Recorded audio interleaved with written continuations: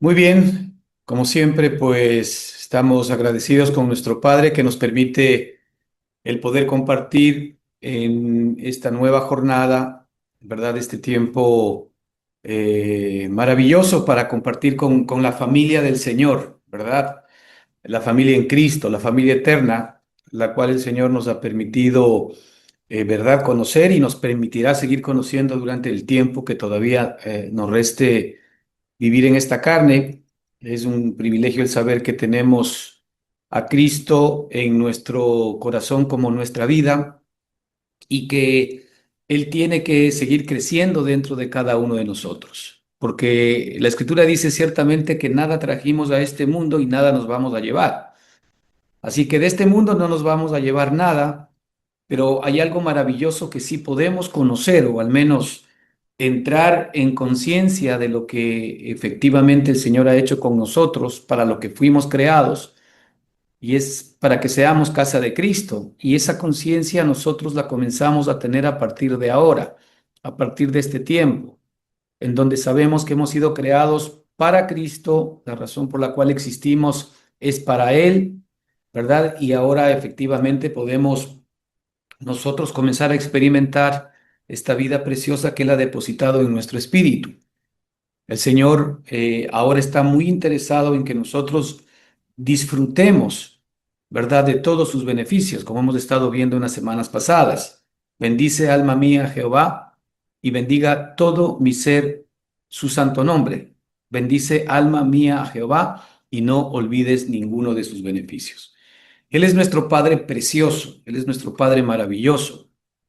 El día de hoy nosotros estamos celebrando el Día del Padre, y qué mejor momento para entender que tenemos un Padre precioso y maravilloso que nos acompaña desde la eternidad y que ahora nos ha dado el privilegio de poder comenzar a descubrir por la revelación que Él nos da en Cristo Jesús quiénes somos, ¿verdad? Y el propósito por el cual hemos sido llamados. El Señor siempre tuvo en su corazón el que nosotros disfrutemos de Él, y siempre ha tenido en su corazón el que efectivamente Él sea el proveedor de nuestra propia vida. Y en un día como el Día del Padre, en el cual realmente pues los padres muchas veces andamos un poco afanados, un poco angustiados por las circunstancias de la vida, por las luchas, por la responsabilidad que generalmente muchas veces pesa sobre nuestros hombros, y eso hace que muchas veces estemos preocupados, estemos ansiosos, estemos afanados. Y ahí es donde justamente, ¿verdad? El Padre de las Luces, nuestro Padre precioso, quiere que nosotros veamos efectivamente cómo en Él tenemos la capacidad y la posibilidad de poder obtener descanso para nuestras almas. El Salmo 23 nos dice que Jehová es nuestro pastor, ¿verdad? Y que nada nos faltará. Y eso es lo que Él quiere justamente que experimentemos, ¿verdad? La puerta de entrada hacia el Salmo 23 para todos nosotros es Cristo Jesús. Cristo Jesús dijo, yo soy la puerta. Cuando nosotros entramos por medio de Cristo, ciertamente Él nos lleva directo al Padre, para que en Él nosotros podamos buscar y encontrar la razón y el propósito por el cual nosotros fuimos creados. Y qué mejor saber que efectivamente Él cuida de todas nuestras necesidades y Él está atento como padres, ¿verdad?, a todos nuestros afanes y ansiedades. Y Él sabe efectivamente cuál es la raíz de todo esto, por lo cual Él desea el que nosotros vengamos efectivamente a la raíz del descanso. Y la raíz del descanso ciertamente tiene que ver con nuestro enfoque en la vida preciosa de nuestro Señor y Salvador Jesucristo. Del afán al reposo es algo que el Señor quiere regalarnos a nosotros como padres. Él quiere que de una vida en la cual muchas veces estamos afanados, vengamos a una vida de reposo, a un alma que esté 100% gobernada por Cristo.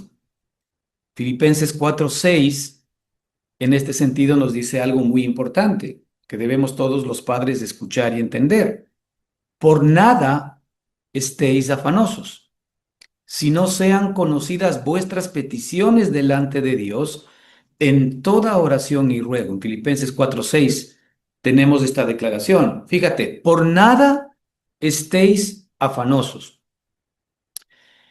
Es interesante cuando escuchamos o estudiamos la escritura, ¿verdad? Que la palabra afán, la palabra afanarse, la palabra ansiedad, la palabra ansioso, en el Nuevo Testamento, ¿verdad? Estas palabras tienen que ver con el verbo que significa en griego merimnao, merimnao.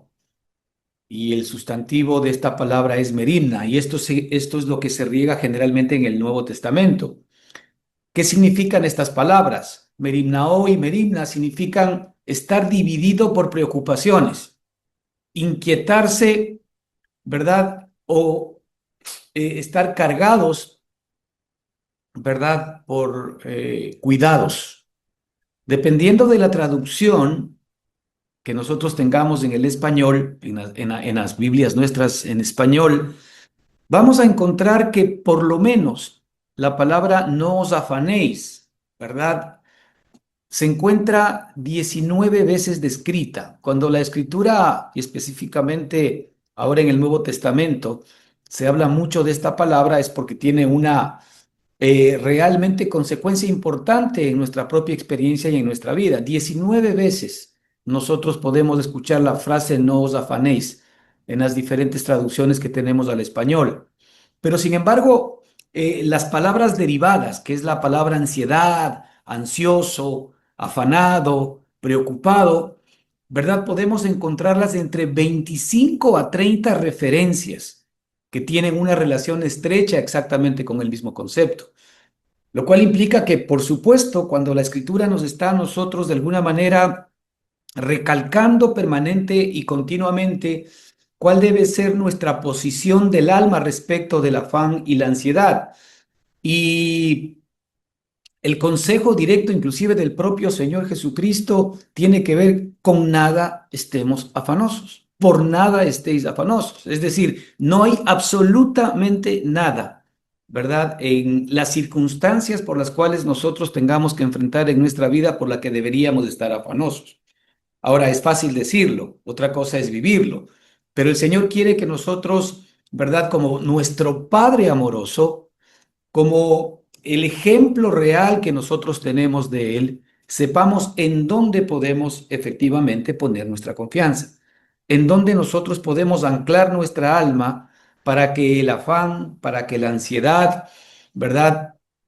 Para que lo que nosotros actualmente llamamos estrés no pueda hacer presa, ¿verdad?, de cada uno de nosotros. Alguien decía muy acertadamente, ¿verdad?, que el afán o el concepto del afán actual tiene que ver con dos hechos importantes que generalmente nosotros nos cuestionamos desde nuestra alma. El afán no es más, ¿no es cierto?, que una pregunta hipotética y no es más que una respuesta catastrófica. Es decir, generalmente cuando nosotros entramos en un proceso de preocupación por cómo están las circunstancias en nuestra vida, en un proceso de afán, nosotros nos comenzamos a hacer propuestas hipotéticas. Es la manera como Satanás sabe que efectivamente puede introducirnos a nosotros en el estrés y en la ansiedad. Y esas preguntas hipotéticas pueden estar, ¿verdad?, enfocadas en muchas cosas. ¿Qué sucede si pierdo el trabajo? ¿Qué sucede si mañana me enfermo? ¿Qué sucede si por A o B circunstancia pasa esto o deja de pasar el otro? Esa es la pregunta hipotética que generalmente nosotros nos hacemos. Es decir, comenzamos efectivamente de alguna manera a estar profetizando circunstancias o situaciones que no han sucedido, que eventualmente podrían pasar, pero que sin embargo normalmente no suceden. Y después de que nosotros nos comenzamos a plantear estas preguntas hipotéticas, evidentemente como consecuencia vienen las respuestas catastróficas. ¿Qué pasa si mañana me quedo sin trabajo? Ah, no voy a tener dinero, no voy a poder pagar la renta, no voy a poder pagar la hipoteca, no voy a poder sostener a mis hijos, no voy a poder hacer esto y lo otro, y comienza efectivamente el alma a entrar en una suerte de preocupación, en una suerte de ansiedad, en una suerte de afán. Y eso efectivamente comienza a pasar factura en nuestro corazón. Y por eso la Escritura nos dice tan claramente, por nada estéis afanosos, sino sean conocidas vuestras peticiones delante de Dios en toda oración y ruego.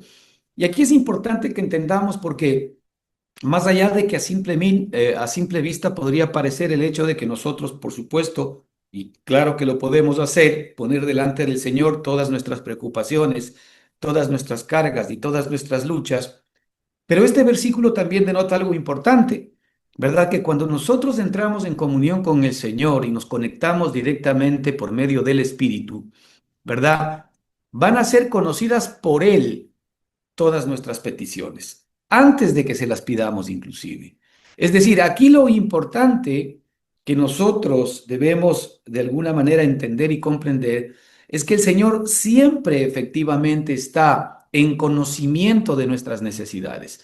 Más allá de que yo venga delante del Señor y le haga partícipe de mis necesidades o le ponga en conocimiento de mis necesidades. Como tú y yo sabemos, el Señor es omnisciente y Él no necesita que yo llame la atención del Señor para hacerle acuerdo de cuáles son mis necesidades. Pero aquí el versículo apunta a algo mucho más poderoso. Es decir, si nosotros efectivamente entramos en comunión con Dios, ¿verdad?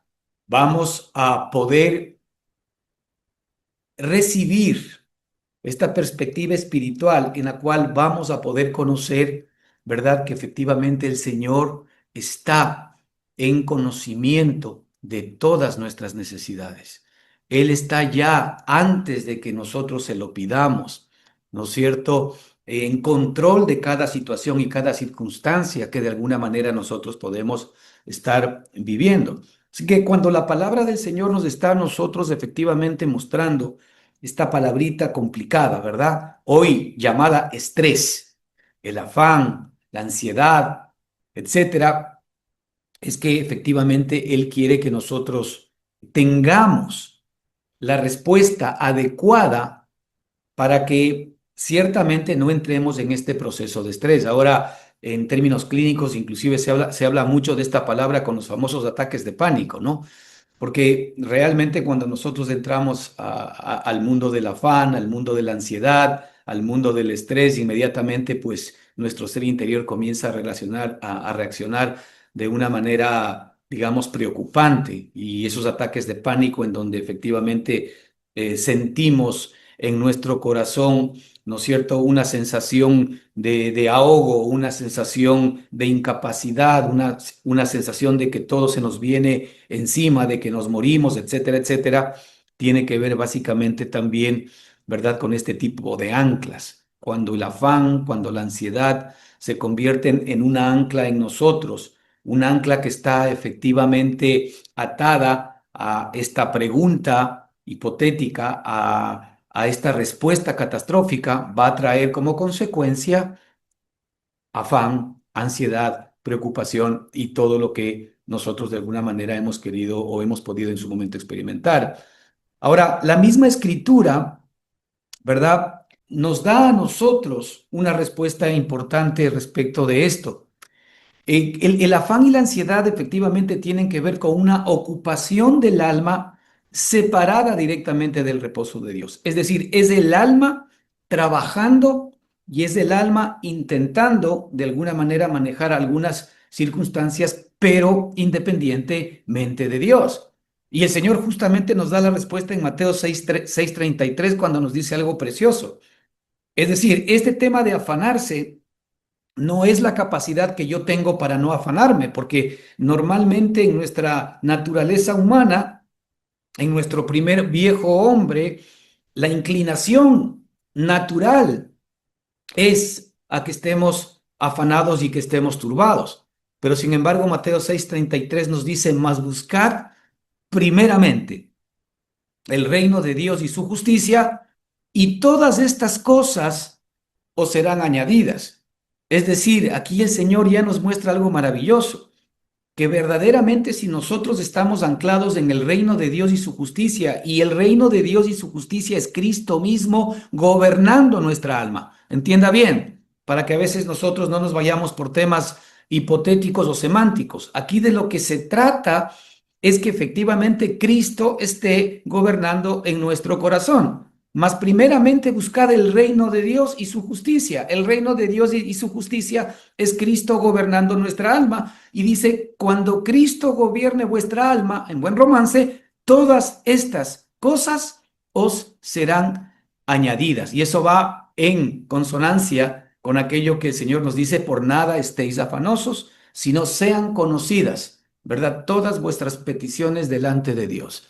Es decir, cuando nosotros entramos en esta comunión, cuando nosotros entramos en el gobierno de Cristo, nosotros inmediatamente vamos a saber que todas nuestras necesidades ya han sido conocidas de antemano por nuestro Padre. Y de ahí que ni siquiera tenemos necesidad de pedírselas, porque Él como buen Padre que es, sabe, ¿verdad?, de qué cosas tenemos necesidad y Él ha provisto antes, ¿verdad?, para todas ellas, para que efectivamente nosotros podamos ser provistos. Así que el afán surge cuando el alma intenta sostener lo que solo Dios puede sostener. Esto es muy importante. Escucha bien, el afán surge cuando el alma sola intenta sostener solo lo que Dios puede sostener.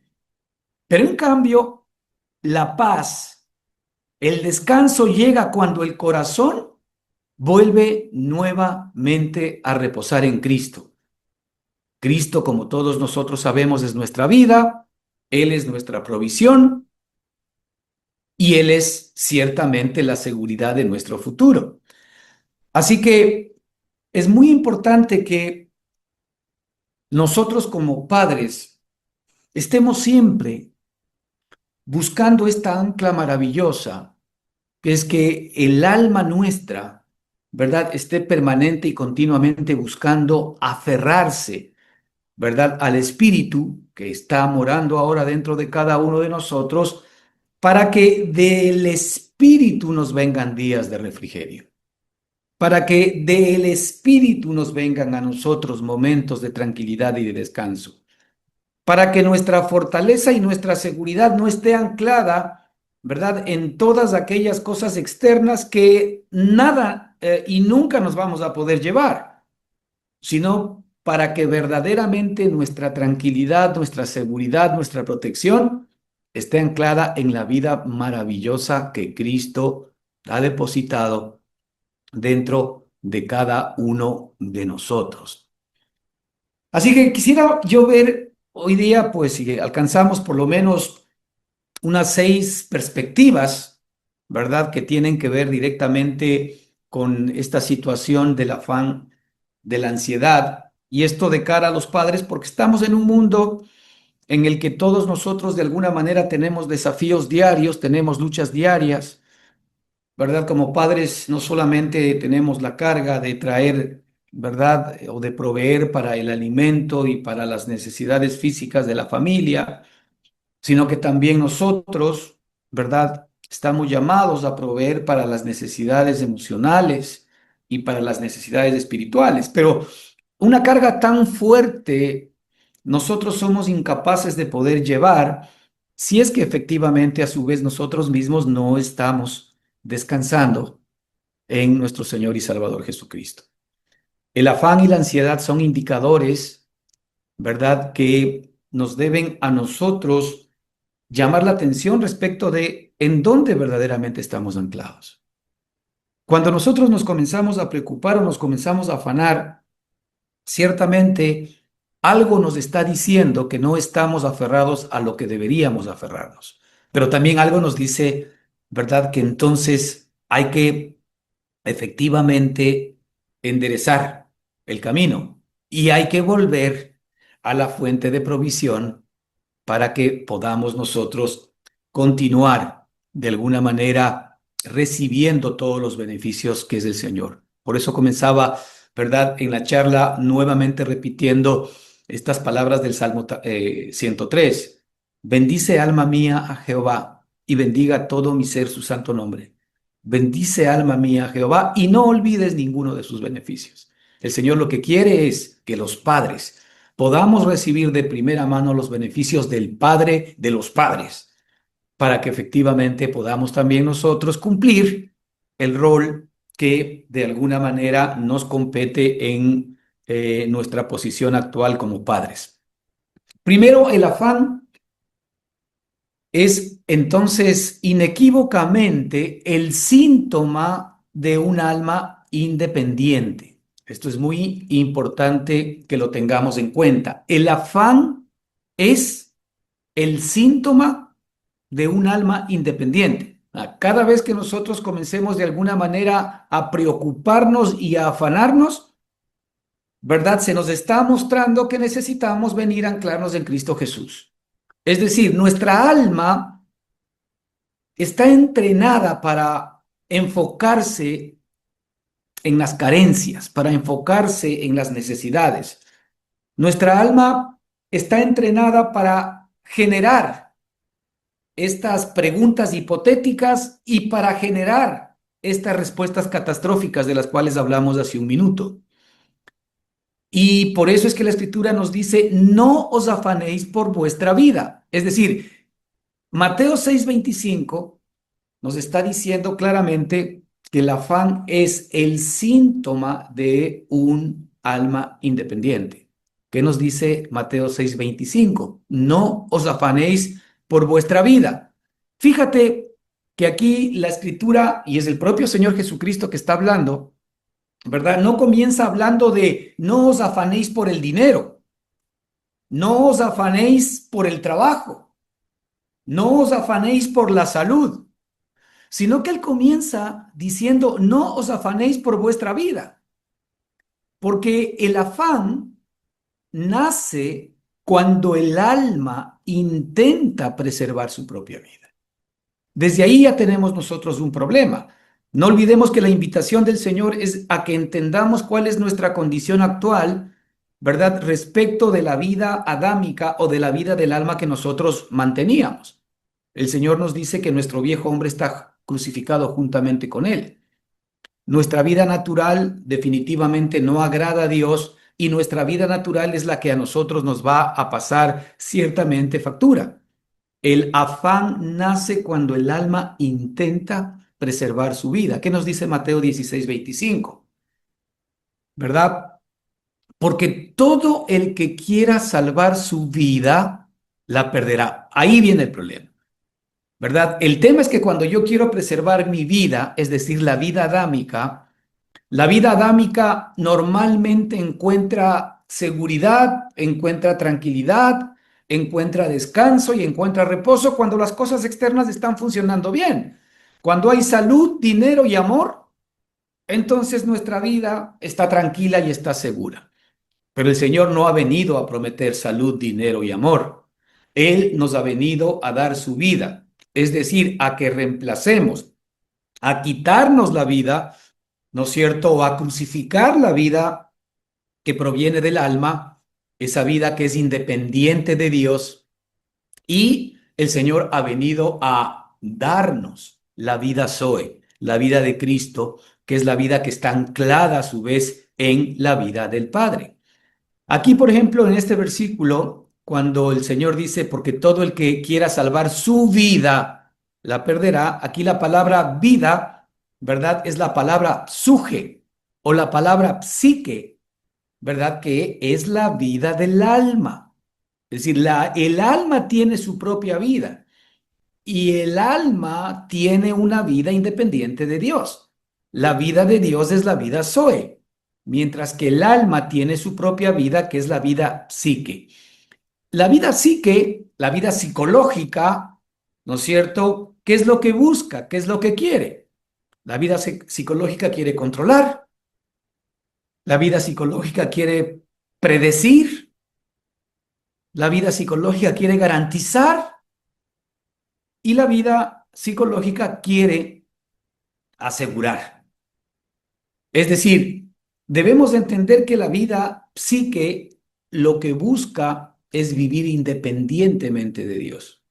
Lo que busca es resolverse sus propios problemas. Lo que busca es generar su propio plan de salvación. Y en su relación con Dios lo que busca es que Dios le ayude simple y sencillamente a llevar a cabo lo que esa propia vida cree que está bien para ella. La vida independiente de Dios es una vida efectivamente que nace de la muerte, que nace del pecado y que nace desde nuestra naturaleza pecaminosa. Dios jamás diseñó al hombre para vivir desde sí mismo. Eso tenemos que entenderlo. Una de las bases fundamentales del afán y la ansiedad, ¿verdad? Es la falta de provisión. Hay unos versículos en el Antiguo Testamento, ¿verdad? Que dicen claramente, si mal no recuerdo en Ezequiel, en donde el Señor dice que nosotros, ¿verdad? Nos hemos apartado del agua viva y nos hemos cavado cisternas propias. Esto tiene que ver directamente, efectivamente, con la vida independiente de Dios. Cuando nosotros vivimos independientemente de Dios, no fue el diseño de Dios que el alma viva independiente de Él. El alma fue creada para poder expresar y manifestar todo lo que Cristo es. Por tanto, como el hombre no fue diseñado para vivir desde sí mismo, fuimos diseñados para vivir desde Cristo. Ahora, para nosotros, fuimos diseñados para vivir desde el Espíritu. ¿Qué pasa entonces cuando nosotros no estamos anclados en el Espíritu? ¿Qué pasa entonces cuando nosotros no estamos viviendo desde el Espíritu? Pues va a aparecer el temor, va a aparecer la preocupación, va a aparecer la ansiedad, va a aparecer el cansancio, a aparecer el agotamiento. ¿Por qué? Porque esos son indicadores que están claramente develando la vida independiente de Dios. Es decir, el alma intentando buscar su propio norte, su propia felicidad y su propia seguridad. Así que aquí vemos que el afán es el síntoma inequívoco de un alma independiente. Por esto es tan importante que entendamos, hermanos, que nosotros, ¿verdad? Si volvemos efectivamente a la raíz de nuestra creación, que es a depender directamente de Cristo, entonces esto como consecuencia va a traer tranquilidad para nosotros. Venid a mí todos los que estáis trabajados y cargados, que yo os haré descansar. Fíjate, es otra vida la que nos da descanso. El yo es Cristo mismo dando descanso a nuestra alma. Porque nuestra alma fue diseñada para descansar en el Señor, para ser provista por el Señor. Nuestra alma no fue diseñada para el estrés y para la ansiedad. Nuestra alma no fue diseñada para resolver problemas. Los problemas son parte de la caída del hombre. Los problemas son parte de este sistema en el cual fuimos introducidos, al cual llamamos muerte. El hombre no fue diseñado para resolver problemas. El hombre fue diseñado para recibir toda la provisión de parte de Dios y para expresar y manifestar todo lo que Dios es. Nosotros somos un espejo, somos una herramienta, somos una expresión de la palabra y de la vida de Dios. María, respecto, ¿verdad?, del Señor, cuando le fue revelado el hecho de que ella iba a dar a luz un hijo, ella dijo: magnifica mi alma al Señor y mi espíritu se goza en el Señor mi Salvador. Fíjate, ahí vemos dos capacidades que tienen nuestros órganos. Nuestra alma fue diseñada para magnificar, para potenciar, ¿sí? Para expresar y manifestar todo lo que el Señor es. Magnifica mi alma al Señor. Mi mente, mis emociones y mi voluntad fueron diseñadas para magnificar el poder de Dios, para magnificar la grandeza de Dios, para glorificar el nombre de Dios, para que nosotros podamos ser cartas leídas por todos los hombres. ¿Cartas de qué? Cartas de Cristo. Los hombres deberían leer en nosotros a Cristo. Cuando los hombres nos ven a nosotros, deberían ver a Cristo. Y este es el trabajo que el Espíritu Santo está haciendo en ti y en mí, formando a Cristo dentro de cada uno de nosotros. Así que el afán es el síntoma de un alma independiente. Ahora, hay que tener también en cuenta algo importante, ¿no? Porque el afán es una forma de incredulidad. Eso, ¿verdad? La Escritura lo deja muy claro. Mateo 6:30, ¿verdad? El propio Señor Jesucristo decía a las personas que le escuchaban respecto justamente de que se estaban afanando por la vida, por lo que habrán de comer o por lo que habrán de vestir. Les decía, ¿no hará mucho más a vosotros, hombres de poca fe? Comparando efectivamente, ¿verdad? Que el Señor nos muestra que veamos a las aves del cielo. ¿Verdad? Cómo efectivamente ni almacenan, ni guardan en graneros, ni siembran, ni cosechan, pero sin embargo con todo vuestro Padre las alimenta todos los días. Mirando a los lirios del campo, cómo no están, ¿verdad?, afanados buscando ropa, ni buscando, ¿verdad?, de alguna manera materiales para vestirse, sino que el Padre les viste de tal manera que ni a un Salomón, ¿verdad?, con toda su riqueza se ha vestido como uno de ellos, una hierba que hoy día es y mañana muere. Y el Señor Jesucristo dice a los hombres y nos dice a nosotros, nos dice a los padres hoy, no hará mucho más a vosotros, hombres de poca fe. Así que el afán es una forma de incredulidad. Eso es muy importante que entendamos. Cuando el Señor habla de no os afanéis, en el fondo nos está diciendo no seáis incrédulos. Tienen que creerme. Tienen que creerme que yo soy su vida. Tienen que conocer mis caminos, que yo permito circunstancias, situaciones y luchas difíciles y pruebas, y también permito que pueda venir escasez, pero para que tú puedas comprobar en tu propia experiencia que yo soy tu provisión y que cuando tú no tienes capacidad, yo soy el capaz en ti. El Señor quiere mostrarnos que Él es el capaz, y por eso es que nos vienen días de debilidad. Por eso es que nos vienen días de situaciones difíciles y de luchas. ¿Para qué? Para que vayamos y nos anclemos en Él y para que veamos felizmente que Él nos acompaña en cualquier situación y circunstancia y que Él no está verdaderamente enseñándonos una lección de humildad para que nosotros aprendamos efectivamente a no tener cosas o a aguantar cosas. No, Él lo que quiere es mostrarnos efectivamente una lección de poder en donde Él en medio de la debilidad, de la escasez, de la enfermedad, de la lucha, de la tristeza, del cansancio, se convierte en nuestra provisión, se convierte en nuestro poder, se convierte en nuestra salida, se convierte en nuestra suerte, se convierte en nuestra verdaderamente, en nuestra necesidad, se convierte en nuestra salud, se convierte en nuestro todo, porque nada trajimos a este mundo y nada nos vamos a poder llevar. ¿Pero qué nos vamos a poder llevar? Sino el conocimiento de esta vida poderosa que hoy ciertamente mora y vive dentro de cada uno de nosotros.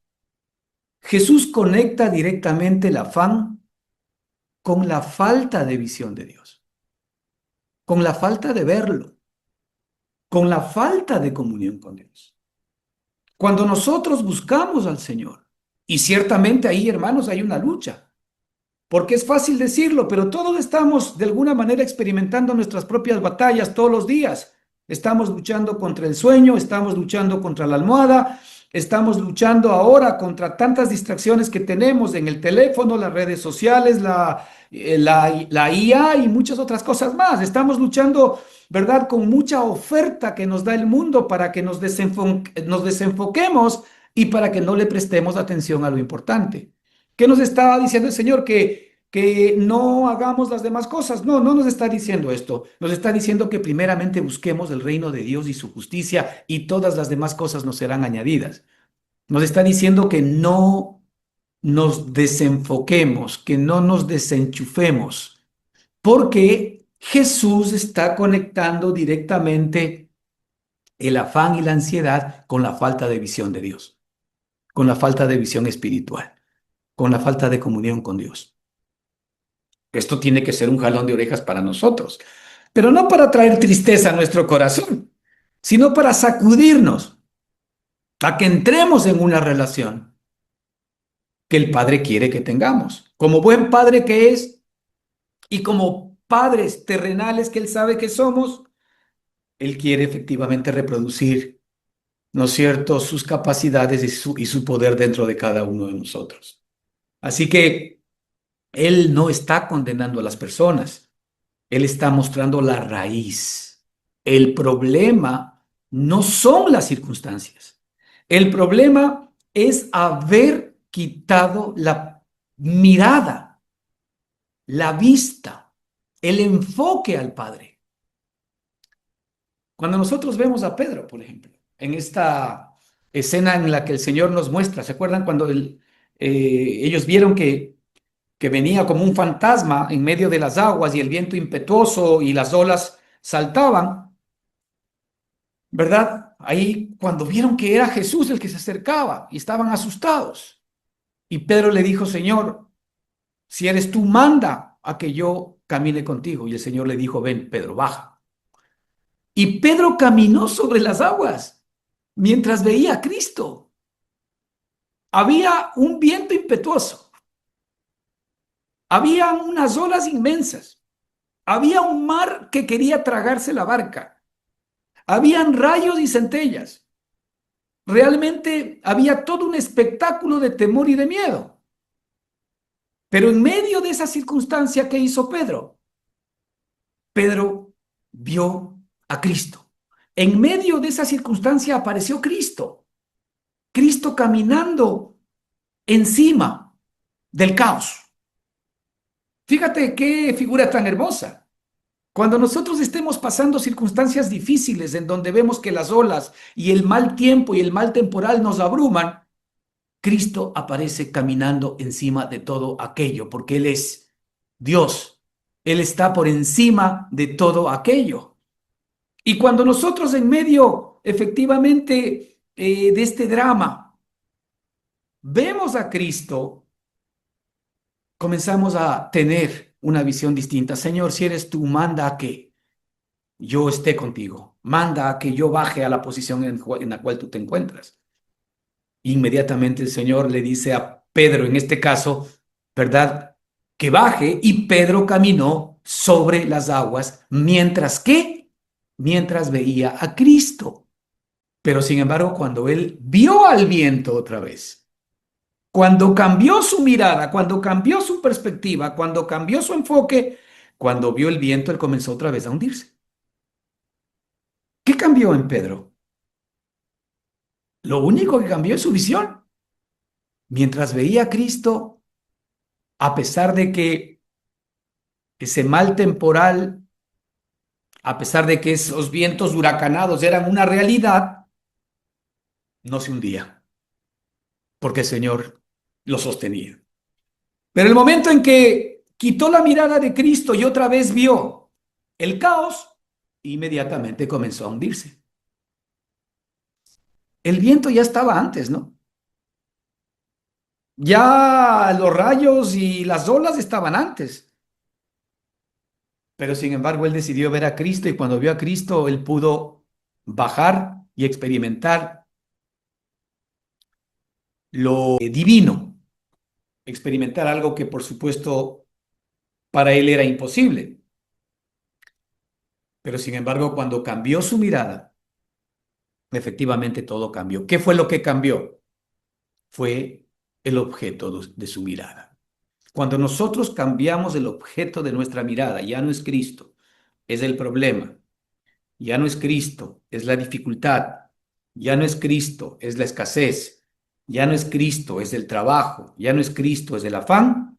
Entonces, evidentemente, otra vez comenzamos a sumergirnos, ¿verdad? En el temor, en el miedo, en el afán y en la ansiedad. Nosotros vemos, por ejemplo, dentro de esta misma figura, ahora hemos visto a Pedro, pero también ya hemos repasado algunas veces, pero para el efecto, pues vamos a volver un poquito a repasar el caso de Marta, ¿verdad?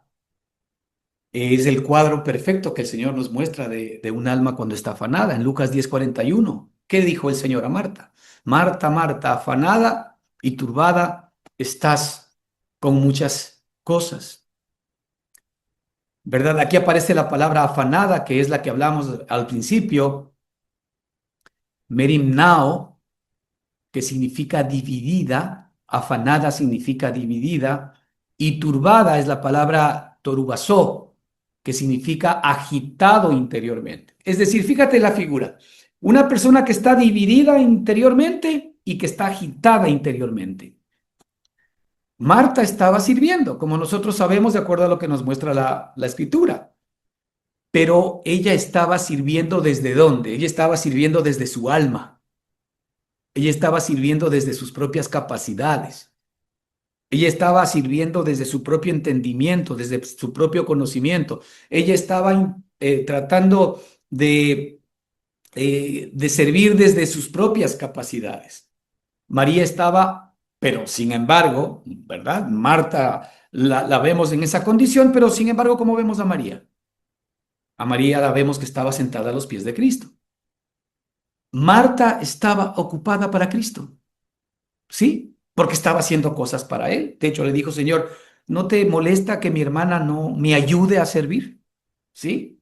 Entonces, Marta estaba ocupada para Cristo, pero sin embargo, María, dice la escritura, que estaba, ¿verdad?, a los pies de Cristo, lo cual nos trae efectivamente una definición importante. Mientras Marta estaba ocupada para Cristo, María estaba ocupada con Cristo.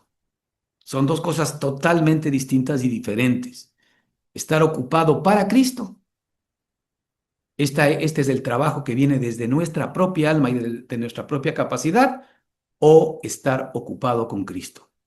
Nuestra alma fue creada para estar ocupada de Cristo, ¿sí? No ocupada para Él, sino ocupada de Él. Nuestra alma efectivamente tiene que estar realmente llenándose de Él. Ocupada de Él es llenándose de Él. Ocupada de Él es efectivamente que Él esté gobernando mi alma. No es que yo esté haciendo cosas para Él, sino que Él esté haciendo en mí, ¿verdad? Lo que se propuso, que es formar a Cristo en mí para que Él opere dentro de mí y para que Él exprese y manifieste exactamente todo lo que Cristo es. Así que aquí vemos a dos circunstancias importantes, ¿verdad? Que tienen que ver con el tema del afán.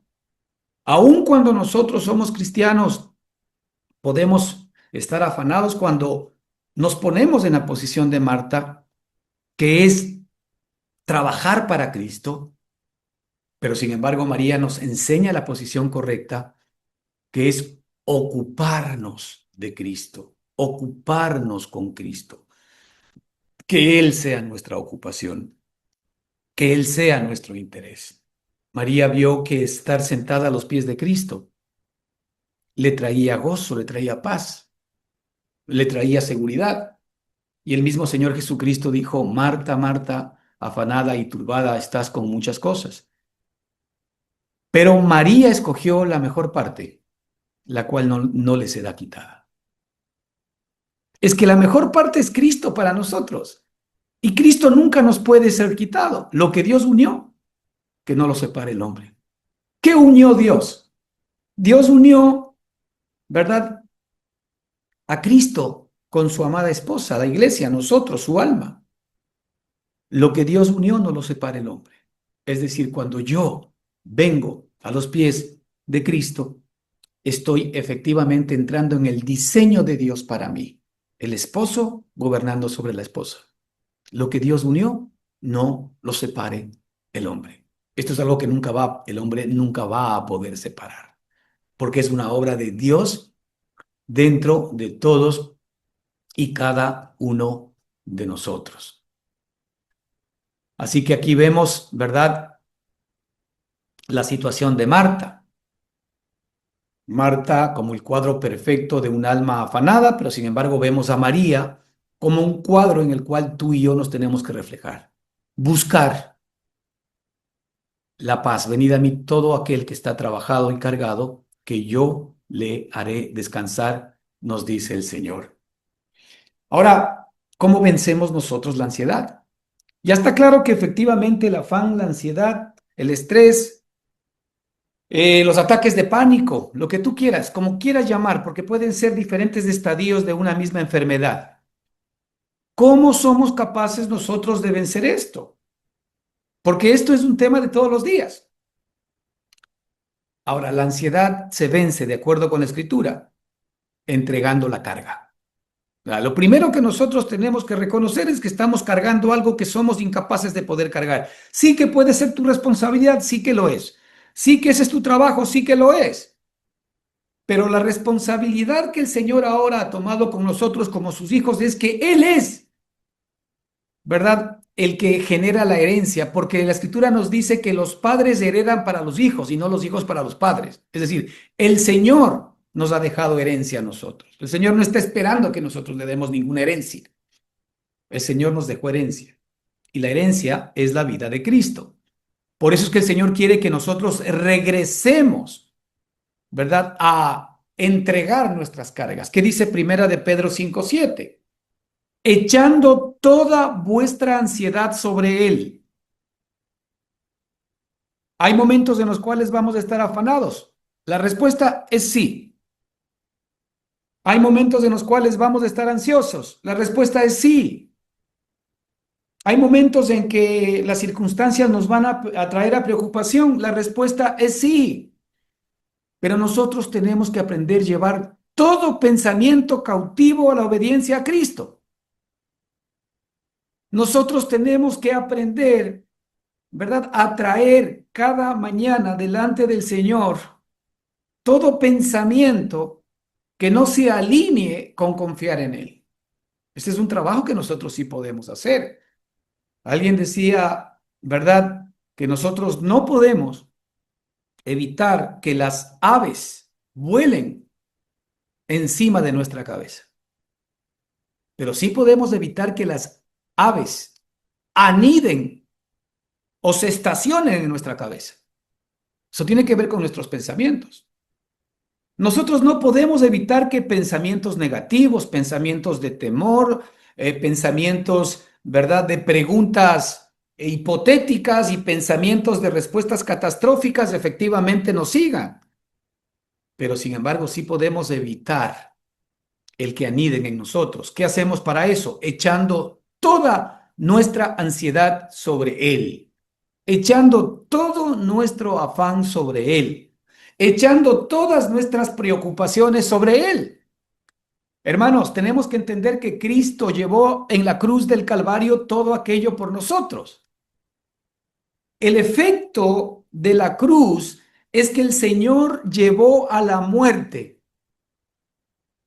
toda circunstancia, toda necesidad, todo problema y toda dificultad. ¿Qué quiere decir eso? ¿Que no los vamos a tener? No, quiere decir que desde la perspectiva de Cristo, que si yo estoy luchando desde Cristo, todo eso ha sido vencido.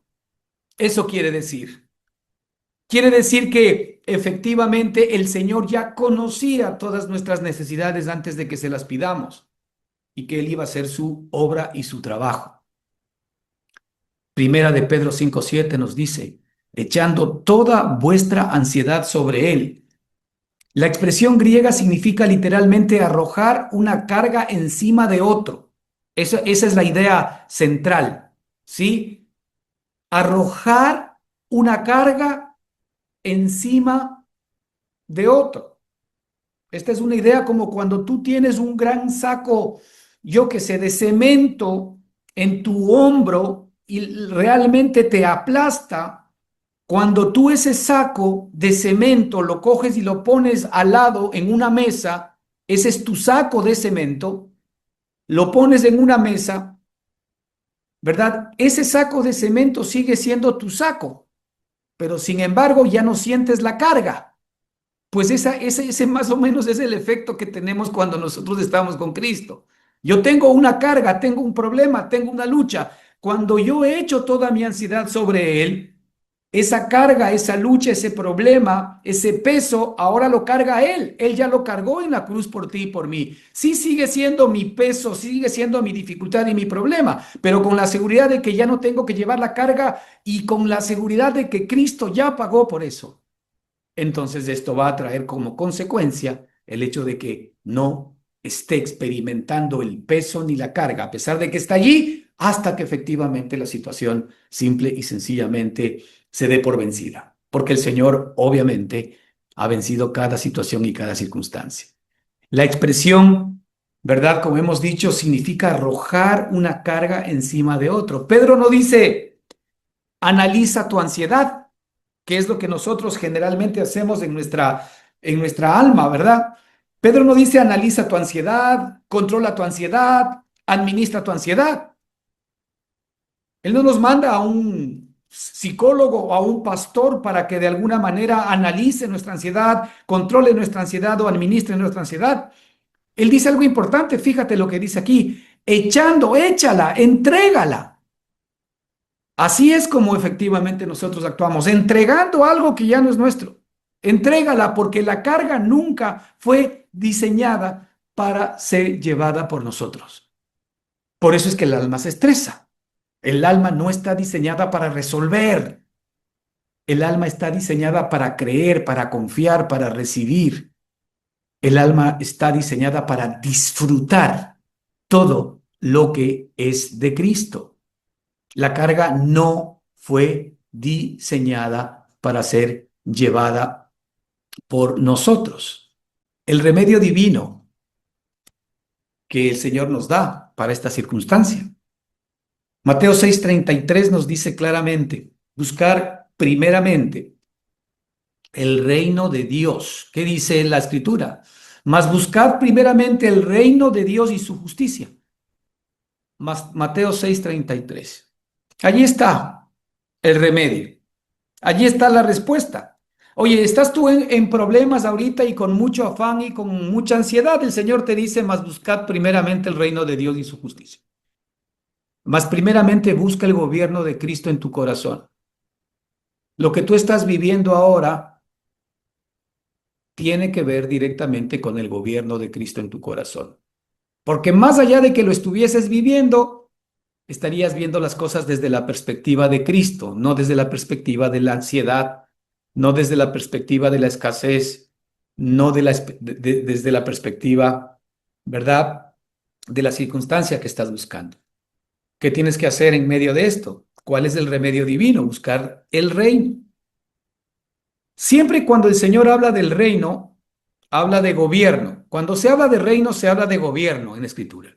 Así que cuando el Señor dice, más primeramente buscad el reino de Dios, lo que te está diciendo es más primeramente buscar el gobierno de Dios y su justicia. Y mira, la única manera como Dios gobierna es a través de Cristo. No hay otra fórmula para nosotros. Por eso es que nos ha sido dada la vida de Cristo. Porque es por medio de la vida de Cristo que Dios efectivamente gobierna. Mas buscad primeramente el reino de Dios y su justicia. Cuando nosotros tenemos a Cristo, la justicia de Cristo es la vida de Cristo expresándose y manifestándose dentro de nosotros. Y la justicia de Cristo es el justo habiendo llevado el pecado y la maldad de los injustos. Es el venir al conocimiento de que Él me ha sido hecho por Dios justificación y mi justicia. Es el entrar en el entendimiento de que efectivamente Él pagó todas mis cargas, todos mis pecados y todas mis culpas. Es entrar en la perspectiva de que ahora lo único que me resta a mí es recibir este perdón maravilloso del Señor, ¿verdad? No verme más a mí mismo, sino ver a la obra de Cristo, razón por la cual hoy yo soy amado, querido, admitido, protegido y guardado por el Padre. Cristo es nuestro todo. Es por Cristo que nosotros, ¿verdad? Verdaderamente somos merecedores del amor de Dios. El Señor no nos ama a nosotros por nosotros mismos. El Señor no ama al pecador. La Escritura nos habla claramente que el pecador fue llevado a la cruz del Calvario. El Señor ama al Hijo resucitado que cargó con nuestros pecados. El Señor ama al Hijo que fue verdaderamente magullado, que fue ofendido, que fue triturado por nuestras maldades. El Señor ama al Hijo que fue crucificado y que fue ciertamente sepultado por nosotros. El Señor ama al Hijo que resucitó. Y esa es la vida que ahora nos pertenece. Qué maravilloso regalo. El Señor no ama a Ricardo. No tiene nada para mí. El Señor ama al Hijo que ha puesto en mí. ¿Cuál es la promesa que Dios me hizo a mí y nos hizo a todos? Porque niño nos es nacido, hijo nos es dado. La promesa de nuestro Padre fue darnos la vida de su Hijo, para que ahora nosotros por esa vida podamos alcanzar gracia y misericordia. Así que observe el orden. Jesús no promete primero la provisión. Jesús primero presenta el reino. Primero presenta algo muy importante, que es el gobierno de Dios en nosotros. Porque cuando Cristo ocupa el centro, las prioridades se ordenan. Los temores pierden fuerza. El alma, ciertamente, hermanos, va a encontrar reposo. Y ese es el propósito que el Señor tiene para ti y para mí. Y como nosotros hemos visto durante todo este tiempo, el reposo ciertamente es una persona. El reposo no es, ¿verdad?, un milagro. El reposo no es la solución del problema. El reposo no es la provisión de aquello que de alguna manera me está haciendo falta. No, el reposo es la vida de Cristo. ¿Qué dijo el Señor? Mateo 11, 28, 29. Venid a mí todos los que estáis trabajados y cargados. Yo soy el reposo. Venid a mí. Jesús no dijo, venid a una doctrina. El Señor dijo, venid a mí. Él es la vida. Venid a mí, a nuestro Padre. Venid a nuestro Padre. Cuando venimos a Él, venimos a nuestro Padre. Quien ha visto al Hijo ha visto al Padre. Nadie puede llegar al Padre sino por el Hijo. El reposo del creyente, el reposo tuyo y mío, no es la ausencia de problemas. No nos confundamos. Muchas veces ahora nosotros tenemos muchas ofertas religiosas que nos prometen no más problemas, pare de sufrir. No, el reposo del creyente no es pare de sufrir, no es la ausencia de problemas. El reposo del creyente es la presencia y el gobierno de Cristo en nuestro espíritu, en nuestra alma, en nuestra mente, en nuestras emociones, en nuestra voluntad. Él es ciertamente el reposo del creyente. El reposo del creyente es una persona, es una vida, la vida de Cristo. El Padre no quiere simplemente quitar nuestra ansiedad, quiere algo mucho más profundo. No solamente quiere quitar nuestro afán, no solamente nos quiere quitar los problemas, Él quiere algo mucho más profundo, quiere conformarnos a la imagen de su Hijo. Eso ya lo hemos visto nosotros, está en su palabra. Muchas veces Dios está permitiendo circunstancias que el alma no puede controlar. ¿Para qué? Para que aprendamos a vivir desde el Espíritu y no desde la autosuficiencia. Para que conozcamos sus caminos y no solamente conozcamos sus obras. Que no solamente estemos esperando sus milagros y su provisión, sino que conozcamos la vida que Él ha colocado dentro de nosotros, que es el regalo más grande que tenemos.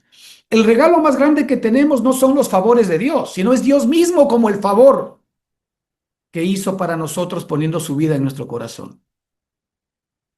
Él no quiere que nosotros simple y sencillamente nos beneficiemos de los huevos de oro que pone la gallina, sino que el Señor quiere que hagamos nuestra la gallina y el poder para poder efectivamente hacer eso. Y esa es la vida que el Señor ha colocado en nuestro corazón. Colosenses 3:4 dice, cuando Cristo vuestra vida se manifieste. Ese es el regalo. Cuando Cristo vuestra vida se manifieste. No dice cuando Cristo os ayude, cuando Cristo os resuelva, cuando Cristo les haga el milagro, cuando Cristo les responda. No, cuando Cristo vuestra vida se manifieste. Aquí dice claramente que Cristo es. ¿Qué cosa? Cristo es nuestra vida. Así que para concluir, ¿qué es el afán? El afán es la voz del alma intentando sostener lo que solamente Cristo puede sostener. Otra vez, el afán es la voz del alma intentando sostener lo que solamente Cristo puede sostener. La paz no viene porque entendamos todas las respuestas. La paz viene porque conocemos al que sostiene todas las cosas. En Colosenses 1:17, la Escritura nos dice algo maravilloso. Y Él es antes de todas las cosas. Y todas las cosas en Él subsisten. Todo subsiste en Él. Tu familia subsiste en Él. Tu futuro subsiste en Él. La iglesia subsiste en Él. Tu vida subsiste en Él. Todo subsiste en Él.